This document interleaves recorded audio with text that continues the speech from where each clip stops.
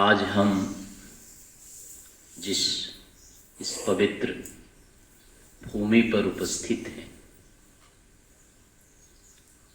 उसका जो आधार है, उसकी जो नींव है, हम सभी उसके ऊपर विद्यमान हैं।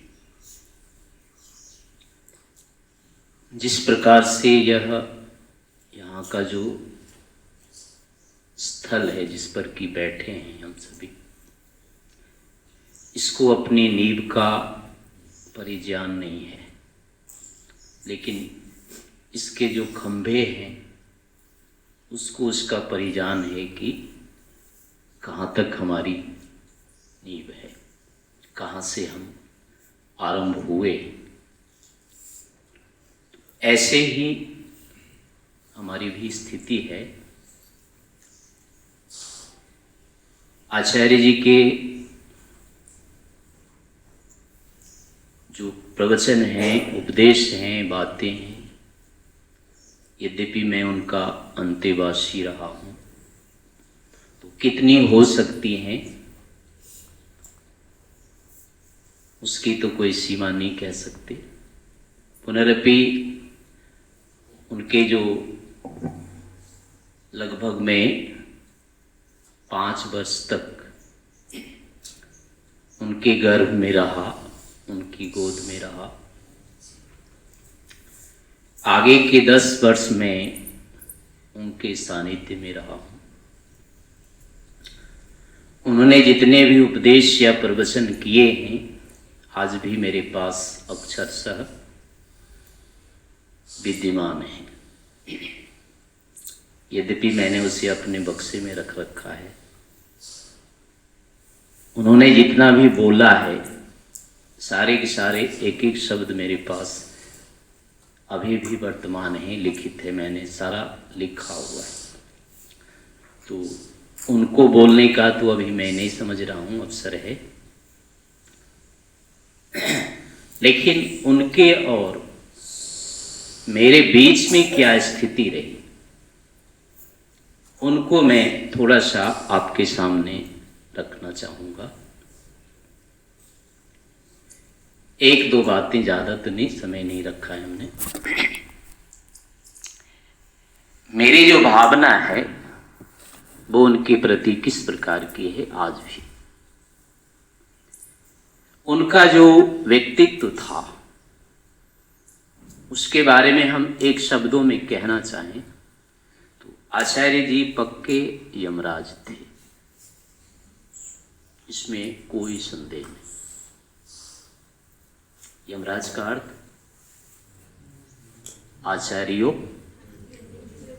प्रेत्यो, दूसरा अर्थ नहीं लेना। तो आचार्य यमराज होता है, ये वेद का कथन है, और आचार्य जी में ये गुण पूरी तरह सिद्ध थे। लेकिन यमराज के पास होता कौन है, यमराज का पूरा लाभ कौन उठा पाता है? यमराज से जो लाभ होना है, पूरी जो प्राप्ति होती है, वो मुर्दे को होती है, मरे हुए को। यमराज जीवित को कुछ नहीं करता है। अगर कुछ लेना है यम से तो मर करके लेना होगा, जीते जी नहीं ले सकते। कहने का मतलब होता है मृत्यु अर्थात अनुशासन। आचार्य से जो उपलब्धि होती है वो उनके अनुशासन में रहने से ही होती है। अगर हम उनके अनुशासन को स्वीकार नहीं करते हैं तो उससे कोई प्राप्ति नहीं हो पाती। 5 साल तक मैं उनके पूरे अनुशासन में रहा हूँ और उसी का ये परिणाम मैं देखता हूँ कि उससे पहले मैं ईश्वर को जानता था, मानता नहीं था, आध्यात्मिकता को जानता था, समझता नहीं था। जीवन अध्यात्म में होना चाहिए। मनुष्य जीवन का उद्देश्य ईश्वर प्राप्ति है। ये बातें हम सुनते थे, एक प्रकार से जानते नहीं थे, लेकिन उनके कारण से इन विषयों को मैं आत्मसात कर पाया। मैं अपने जीवन को आज एक आध्यात्मिक मार्ग पर चलते हुए देखता हूँ, किंतु इसका पूरा का पूरा जो एक प्रकार से आधार थे, प्रेरणा थे, वो आचार्य जी थे। उन्हीं के कारण से इन मार्गों को मैं अपना पाया। यद्यपि स्वामी जी महाराज हैं, विवेकानंद जी आदि हैं, उन सभी का इसमें सहयोग है, लेकिन प्रसंग के अनुसार मैं ये उनकी प्राथमिकता दे रहा हूँ कि इस क्षेत्र में आने का, यानी जीवन की सफलता की एक जो संभावना होती है, मैं उस संभावना को आज अपने जीवन में समझता हूँ, मानता हूँ, और उनका श्रेय मैं आचार्य जी को ही दे रहा हूँ। उन्हीं के कारण से मैं इस क्षेत्र में पूरी तरह से अपने आप को संयुक्त कर पाया। तो इसके लिए मैं आचार्य जी का बहुत बहुत आभार व्यक्त करता हूँ। आगे की जो स्थिति रही मेरे और आचार्य जी के बीच में, वो एक ऐसे समझ सकते हैं, कोई ऐसा पिता जो अपने बेटे को अपने धंधे में लगाना चाहता है, पर वो चाहता नहीं उनको करना। तो अब उनके बीच में क्या स्थिति हो जाती है, हम दोनों के बीच में कालांतर में स्थिति। मैं उनको पिता समझता था, वो मुझे पुत्र भी समझते थे, लेकिन वो अपने धंधे में जिसमें लगाना चाहते थे, मेरी नहीं थी प्रवृत्ति, और मैं वो नहीं स्वीकार करता हूँ। आज भी मुझे जो सबसे बड़ा दुख है, और मैं उनसे प्रायः दुखी रहता हूँ, आज भी मुझे वो स्वीकार ठीक से नहीं हो पाते हैं। उसका कारण यही है कि मुझे न चाहते हुए उनके धंधे में लगना पड़ा है।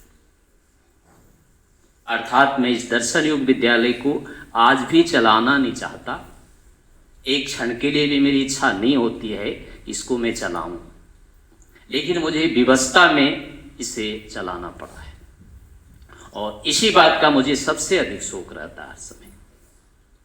अगर ये विद्यालय आज भी आचार्य जी के हाथ में होता, अगर वो चला रहे होते, तो कई गुना इसकी उन्नति हो सकती थी। जितने निर्माण अभी हुए हैं या होंगे, शायद इससे कई गुना होता, लेकिन उन्होंने उसको छोड़ा और विवश होकर के मुझे इसको पकड़ना पड़ा। मैं आज भी इसके योग्य अपने को नहीं समझता हूँ, क्योंकि मैं अपने जिस कार्य को अभी करना चाह रहा हूँ हुआ नहीं है। उस कार्य को मुझे छोड़ करके इसे करना पड़ रहा है, तो ये मुझे अभी भी सहन नहीं हो पा रहा है। मैं इसमें अभी भी संगति नहीं लगा पा रहा हूँ, और आज भी मुझे दुख होता है कि अलग से वो क्यों हो रहा है। एक साथ सब होना चाहिए था, उसका परिणाम समाज को, राष्ट्र को, सबको मिलता, लेकिन वो नहीं हो पा रहा है। फिर भी मैं उनको दोष नहीं दे रहा हूँ, हम अपना दुर्भाग्य समझते हैं। कोई पिता अपने पुत्र को अपने से अलग कर देता है या उसको अलग रहना पड़ता है, तो पिता का भी दुर्भाग्य होता है, लेकिन उससे अधिक उस पुत्र का दुर्भाग्य है जो अपने पिता के साथ नहीं रह सकता, नहीं रह पाया, अथवा उसका सानिध्य उसे नहीं मिला। एक माँ को अपने बच्चे से जितना दुख होता है अलग होने पर, बच्चे को उससे अधिक दुख होता है। लेकिन फिर भी संसार में ऐसा होता है, और हमारे साथ भी ऐसा हुआ है। मैं इसे शोक की स्थिति नहीं मानता हूँ, इस कारण से है यहाँ की संसार की प्रवृत्ति हो जाती स्थितियाँ, लेकिन फिर भी हम पूरा प्रयास कर रहे हैं। यदि उन्होंने हमें एक प्रकार से अवसर दिया, तो मैं इस अवसर को भी जीवन में एक स्पर्धा के रूप में ले रहा हूँ, और ईश्वर से मैं दिन रात प्रार्थना करता हूँ कि उन्होंने जिस कार्य को आरंभ कर दिया था, उस कार्य को मैं भविष्य में पूरा कर सकूं। उनके जो भी उद्देश्य थे, उनकी जो भी भावना थी, चाहे विद्यालय के प्रति रही है, चाहे किसी के प्रति, कालांतर में मैं उसको साकार कर सकूं। यही मेरी आज भी उनके प्रति श्रद्धांजलि है। इतना कह करके मैं अपने वाणी को विराम